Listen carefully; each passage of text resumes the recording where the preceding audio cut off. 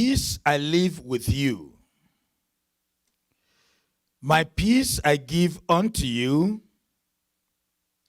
not as the world giveth, give I unto you. Then he says, let not your heart be troubled, neither let it be afraid.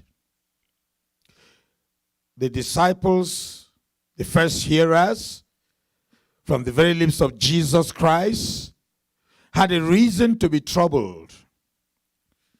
The master was leaving. But then he was leaving them behind in the world. And the world is full of trouble. He says, even though you are in a troubled world, peace I leave with you. My peace I give unto you. And somebody will say, well, I'm not at war, I'm at peace. No, you don't have it unless it is from Christ. Not as the world giveth, give I unto you. And so, let not your heart be troubled. Your Father is still on the throne. Neither let it be afraid. The news and the activities in social media these days is not for the faint. Because if you follow any trend at all, you may easily develop palpitations.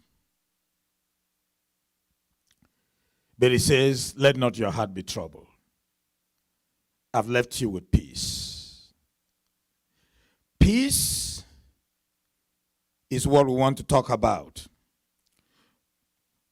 Title it, Perfect Peace in a Turbulent World.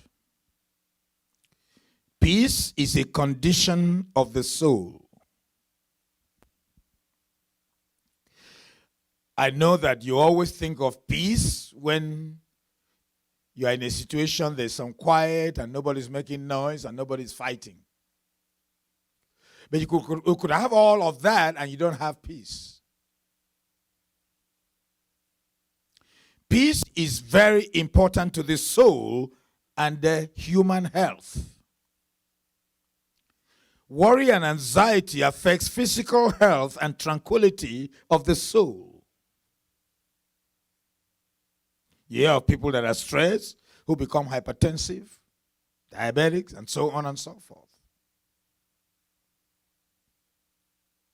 You cannot know joy without peace in the heart.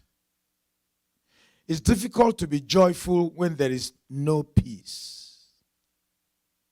Joy and happiness come from a river of peace in the soul. And of course, we know that this can be faked by the world. The world tries to fake that deep, deep peace in the soul. That serene river. And isn't it kind of interesting that the Greek word for peace is Irene. You anglicize it to Irene.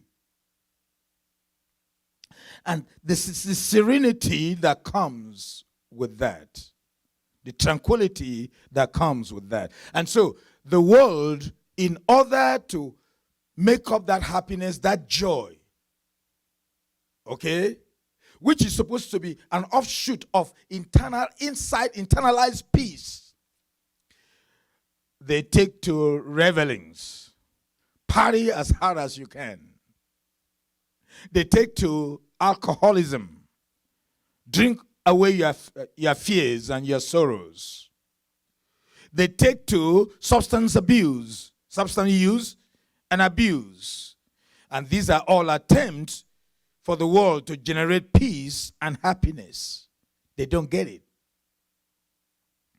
You see, when the saints die or sleep, as Jesus likes to call it, they go into permanent, perfect peace.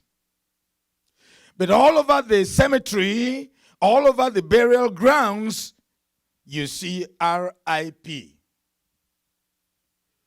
They put R.I.P. on the grave, on the tomb of the thief. They put R.I.P. on the tomb of the murderer. They put R.I.P. on everyone's tomb. Rest in peace. The only people that rest in perfect peace are those who die at sense of God. When saints die or sleep, they go into permanent perfect peace. Sinners are dead, just started the worst misery through eternity. So all that RIP makes no sense to the sinner's soul. Has no value. An agitated mind, even if not facing any obvious threat, cannot have peace.